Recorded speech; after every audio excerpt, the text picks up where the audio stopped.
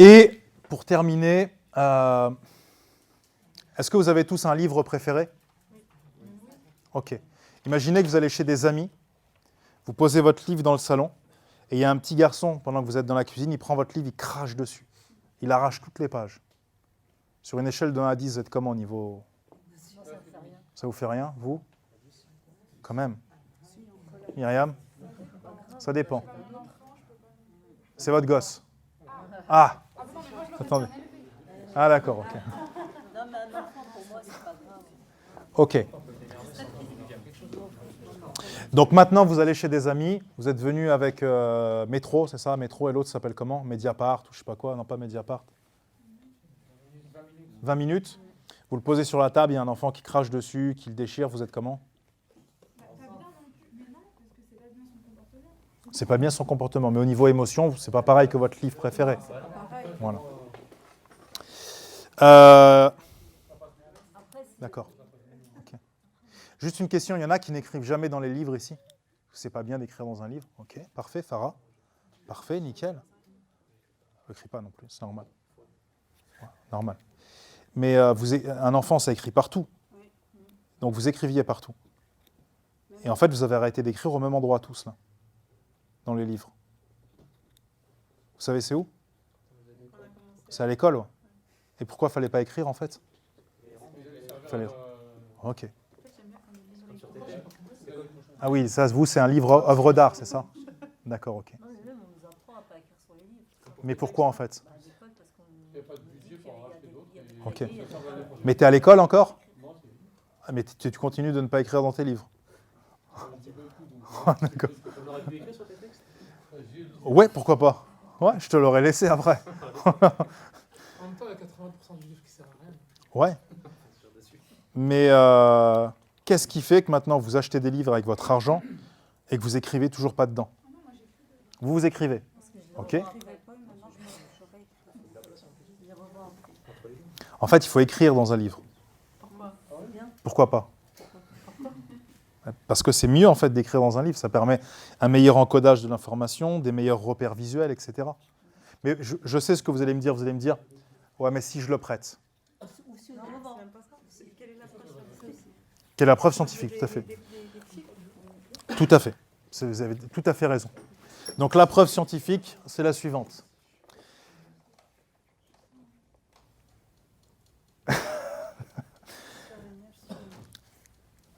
La première chose qu'il faut, c'est une méthodologie. J'ai connu des gens, c'était surtout pas vous, c'était d'autres gens.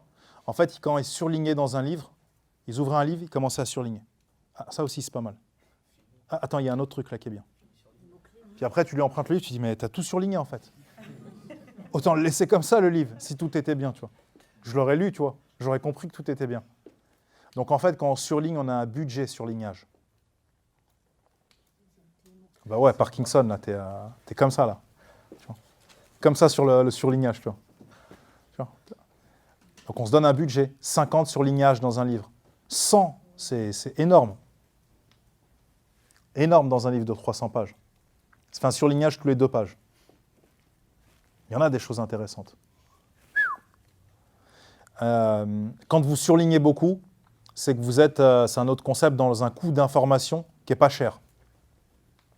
Plus vous devenez expert dans un domaine, plus l'information coûte cher. C'est-à-dire plus il faut lire beaucoup pour découvrir une nouvelle chose.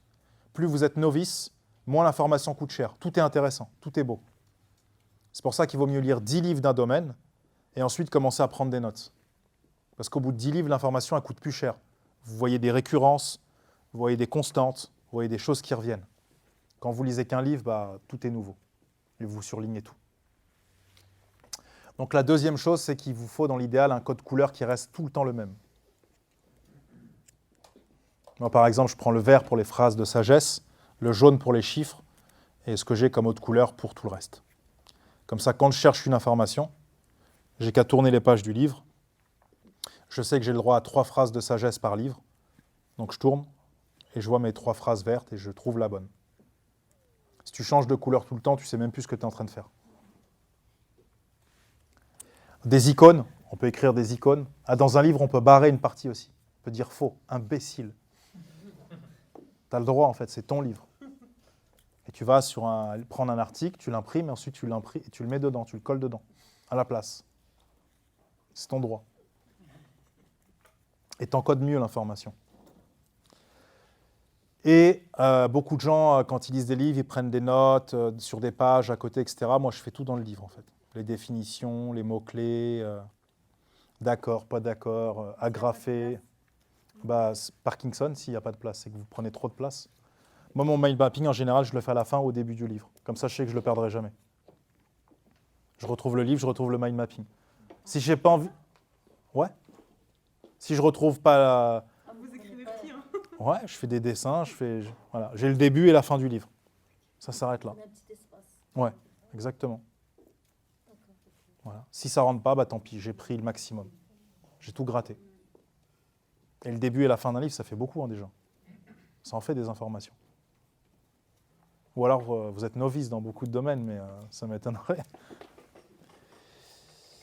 Et si vous n'êtes pas fort en icônes, en tout ça, je vous conseille ce site, c'est marqué là. Ça s'appelle The Noon Project.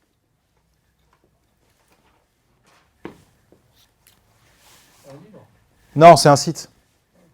Tu vas là, en fait, et dès que tu ne sais pas quoi faire comme icône, ton subconscient, il n'est plus aussi réactif que dans ta jeunesse. Tu tapes n'importe quoi en anglais, en fait, lui, il trouve l'icône qui correspond. Tu en trouves 50, 100, 200, 300. Il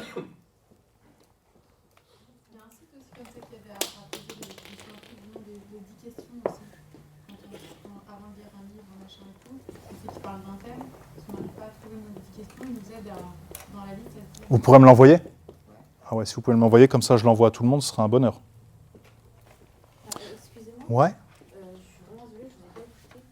Qu'est-ce que c'est le Noon Project? J'ai été connectée. Noon Project, qui peut lui expliquer ? Tu vas là-dedans et puis d'accord. C'est un manque d'inspiration d'icônes. Voilà, C'est-à-dire que tu tapes bonheur et il sort des icônes sur le bonheur.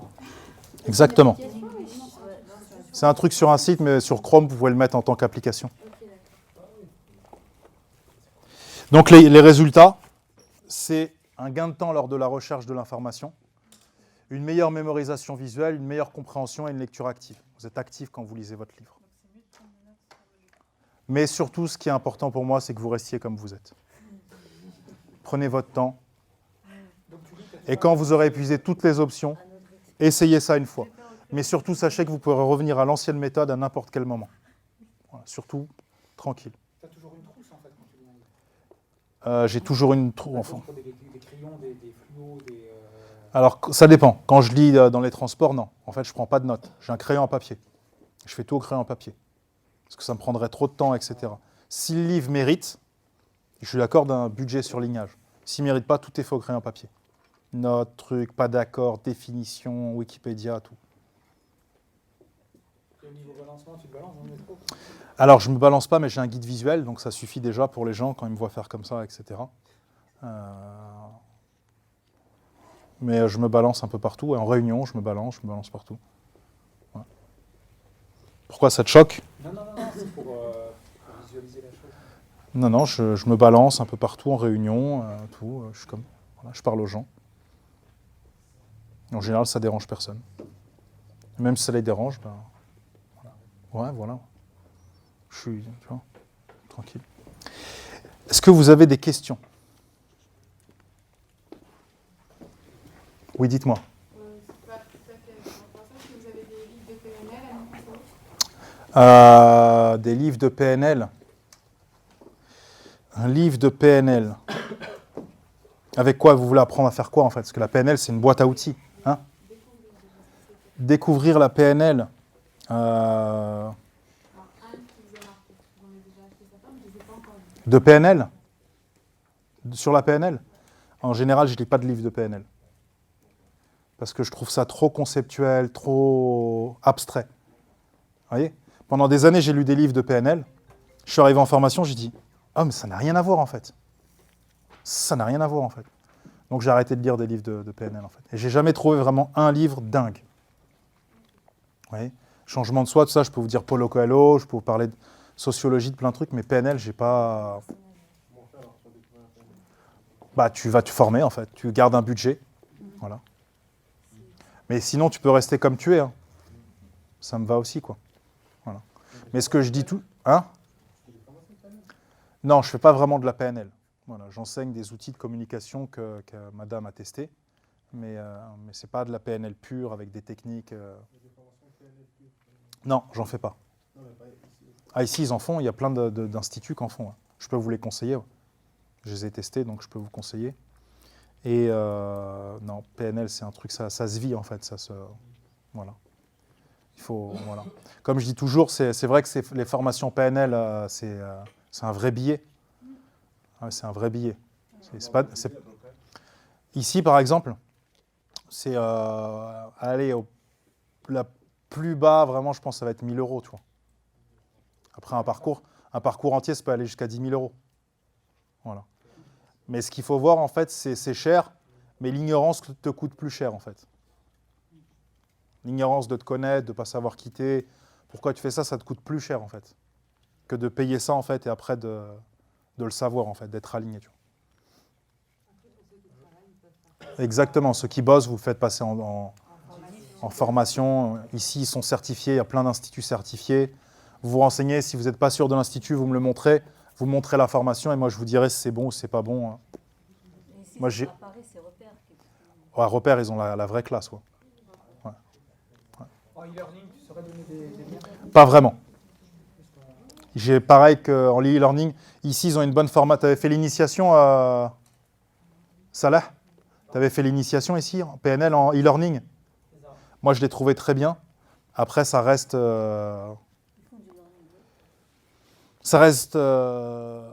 PNL, c'est vraiment un truc que tu dois faire avec des gens. Quoi. Voilà. En général, pas qu'en PNL, en développement personnel, on va dire en général. En e-learning, Ouais. je connais rien d'extraordinaire, si ce n'est sur des sites américains. Lorsqu'on entend PNL, en fait, moi dans mon esprit, PNL, c'est par exemple, sans qu'une personne parle, dire en gros ce qu'elle ressent. Ça, c'est un des aspects de la PNL. C'est un aspect, voilà. Ouais. Parce que dans mon esprit, c'est que ça. Ouais, c'est un des aspects. Si tu vas sur le site de l'Institut Repère, ils ont une définition de ce qu'est la PNL, D'accord. voilà, qui est très intéressante. Mais des livres comme sur le développement personnel, comme vous avez cité, et d'autres écrivains. Sur le développement personnel, Vous avez parlé de Coelho, on le connaît, mais d'autres écrivains. parce que c'est vague, développement personnel, en fait. C'est Je sais, mais comme vous me dites un livre sur l'islam, en fait. Vous voyez, c'est... moi, mais quelques titres comme ça, Franchement, après, il y a un truc sur la ProcessCom, qui est un outil de profilage. C'est comment leur dire avec la process communication. Ne vous en déplaise. Je prends ça comme un compliment. Je vous dis, c'est dur de vous donner des livres, en fait. Parce que moi, je lis des livres très techniques, pour me perfectionner. Il n'y a pas de livre vraiment grand public. Est-ce que tu peux juste distribuer ça? ProcessCom, ouais, ça va. Et c'est un bon outil que je trouve mieux que l'énéagramme, en fait. Ah ouais, les anagrammes. C'est quoi la différence entre Vous faites ça pas de et formation Non, je trouve que c'est trop usine à gaz comme outil. Mais j'ai un grand respect pour l'énéagramme. J'aime bien, c'est sympa. Je me suis formé et tout. Mais c'est pas assez concret pour moi. ProcessCom, c'est très terre à terre. complet, processus un petit peu complet. Ouais. C'est intéressant comme modèle du monde. Voilà. Et le MBTI. C'est intéressant aussi comme modèle du monde. Fatima Madi, Ouais, c'est intéressant. Plus que l'énagramme. Pas plus. Pas plus. Non. Pareil. C'est la même. Est-ce que vous avez tous un petit papier? Tu avais une question? Ouais. Apprentissage par cœur. Dans quel cadre? Ouais. Je vais sortir un truc qui sera gratuit pour tous mes élèves. En fait, où je vais récapituler la méthode dont je t'ai parlé, Cédric. En fait, vraiment, même pour le Coran, pour plein de choses, en fait, vraiment une étape, un processus de A à Z pour mémoriser par cœur. Mais sinon, en attendant, tu peux m'envoyer un mail et je t'enverrai un des bouquins d'Alan Thierry, parce qu'il en a beaucoup, et il en a un qui est un peu plus spécialisé là-dedans. Alan Thierry, ouais.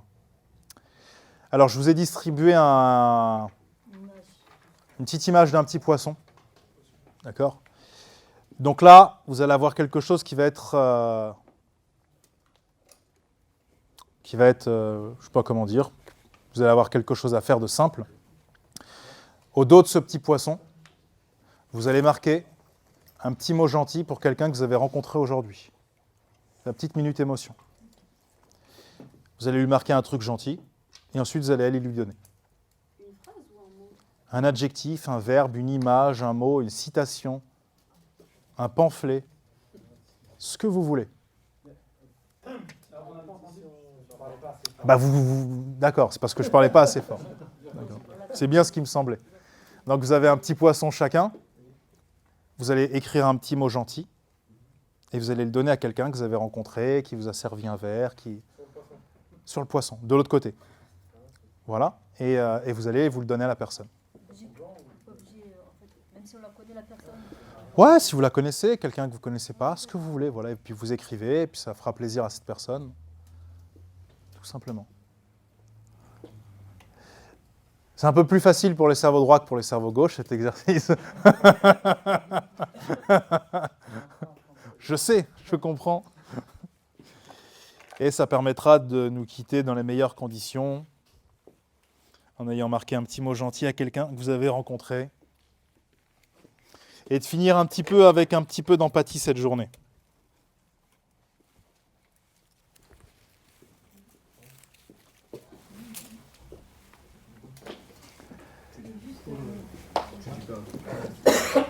Non, hein, merci à vous pour votre écoute. Si vous avez des questions, vous pouvez nous contacter. Vous avez le groupe privé Facebook, vous avez le PDF, vous avez tout ce qu'il vous faut pour avancer. Hein ? Vous allez les recevoir. Ouais. J'étais juste en train de dire un mot à la caméra.